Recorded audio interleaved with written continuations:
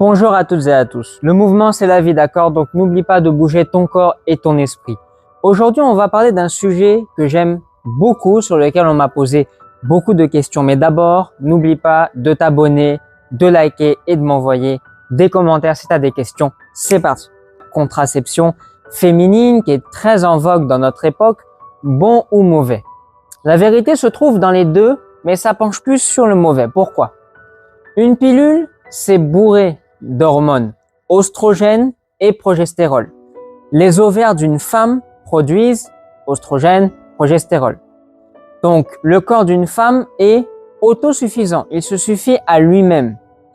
Et vous avez cette pilule qui est ostroprogestative, qui est bourrée d'oestrogènes et de progestérol, qui va avoir pour but de passer par le foie d'abord, qui va libérer un radical libre qu'on appelle l'éthinine. Sur le long terme, c'est dangereux.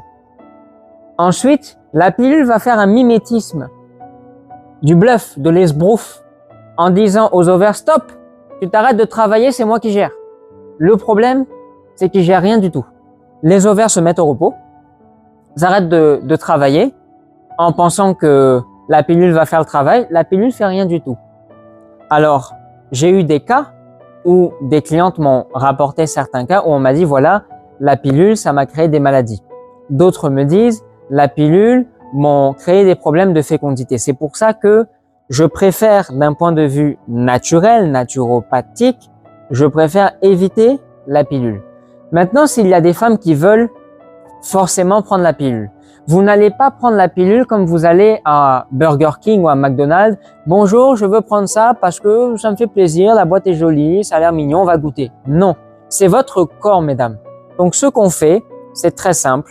On va voir un médecin, on fait une prise de sang, un médecin que vous avez confiance, un médecin de famille, où vous êtes sûr qu'il va vous dire la vérité. Vous faites votre prise de sang, vous prenez les résultats, vous allez voir le docteur. Docteur, voici ma prise de sang. En fonction des résultats, selon vous, quelle pilule est le plus adaptée à mon corps? Et là, le médecin va dire, parmi toutes les pilules qui existent, la pilule la plus adaptée à votre corps, c'est celle-là ou celle-là. Et là, vous pouvez le faire. Mais à part ça, si vous réagissez mal à la pilule parce que c'est bourré d'hormones, eh bien, le mieux, c'est de laisser tomber. Qu'est-ce que je vous recommande? C'est pas très naturel, mais c'est plutôt simple, c'est plutôt efficace. Ça reste le préservatif, la prévention sur le préservatif. Le préservatif, c'est plutôt simple. On le met, on fait ce qu'on a à faire, on prend du plaisir, on évite les maladies, on évite le fait qu'il y ait des enfants qui seraient non désirés. Ensuite, on fait un nœud, on jette à la poubelle et on passe à autre chose. Donc, c'est mon conseil sur la contraception. Il y a des hommes qui font de la vasectomie. On coupe les canaux au niveau des testicules qui relient les testicules, c'est-à-dire les spermatozoïdes, à la prostate et la vésicule séminale qui produisent le sperme. Parce que s'il y en a un sans l'autre, on ne peut pas faire d'enfant. Ça, c'est à vie.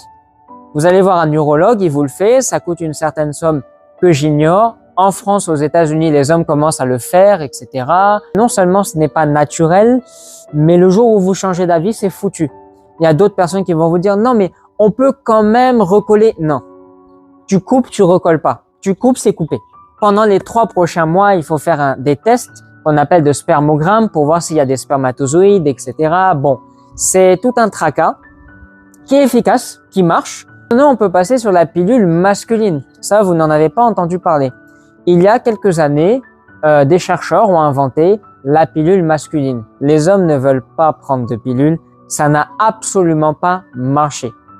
Alors, on s'est dit, bon, à Toulouse, récemment, un médecin a eu l'idée de créer un caleçon qui chauffe les testicules. Comme ça, il y a un petit trou au milieu. On porte le caleçon, le sexe sort au niveau du trou et on fait l'amour à madame. Alors, le problème, c'est que la température des testicules va monter et donc, pendant l'éjaculation, si je puis dire, il n'y aura pas d'enfant parce que à partir d'une certaine température, les spermatozoïdes sont inefficaces. Vous allez faire marrer tout le corps médical avec ça. Parce que tout simplement, dans le corps de la femme, qu'est-ce qui vous dit que la température va pas monter ou redescendre? Parce que les testicules sont ils sont pas au chaud à la base, ils sont au frais. Les testicules sont 2 à 3 degrés en dessous de la température du poids du corps. Passons. Maintenant, on peut parler de préservatif féminin. Ce serait comme essayer de frotter son doigt dans un sac à dos. Ce serait assez désagréable. Le préservatif féminin n'est pas si efficace qu'on veut bien le faire croire. Non pas d'un point de vue des enfants qu'on ne veut pas avoir, mais d'un point de vue du plaisir, parce qu'il faut quelque chose qui permette d'avoir du plaisir tout en n'ayant pas d'enfants, tout en se protégeant des maladies sexuellement transmissibles. Quelle que soit la méthode de contraception que vous choisissez, faites attention. Il y a des personnes qui viennent me voir et qui me disent « mais docteur, moi je fais le coït interrompu ». Oui, mais c'est pas facile parce que le coït interrompu, au moment de l'éjaculation, je me retire de madame pour jouer sur elle. Tout très bien, mais le problème c'est que vous allez avoir un gros souci si vous n'aviez pas bien contrôlé votre orgasme et puis qu'une partie soit restée dans madame. Là, ça peut vraiment créer un problème parce que dans madame, les spermatozoïdes peuvent faire 3 jours, entre 48 et 72 heures, parce que le liquide que produit madame ne sert pas qu'à lubrifier la pénétration, mais aussi à nourrir les spermatozoïdes. C'est comme les fruits, les légumes, la viande pour nous, ça nous sert à nous nourrir, à nous faire du bien. Et bien, ce liquide que la femme produit sert aussi à nourrir les spermatozoïdes pour être fécondés. Le stérilet en cuivre, c'est un problème parce que ça crée une inflammation de l'utérus. L'utérus n'est pas fait pour avoir quelque chose à l'intérieur. On va me parler du stérilet hormonal. Je vous répondrai que c'est comme l'implant hormonal. Dès le moment où c'est hormonal, vous allez tuer votre femme, votre fille, votre amie. Vous allez la flinguer. Les femmes sont hormonodépendantes. Le corps se suffit à lui-même d'un point de vue hormonal. Tout comme les hommes, nous sommes hormonodépendants. Ça nous suffit. Ce sera tout pour moi aujourd'hui. Je vous remercie d'avoir suivi cette vidéo sur la pilule et les contraceptions. Je vous invite à liker, à vous abonner, à me laisser un commentaire et je vous souhaite une très bonne journée.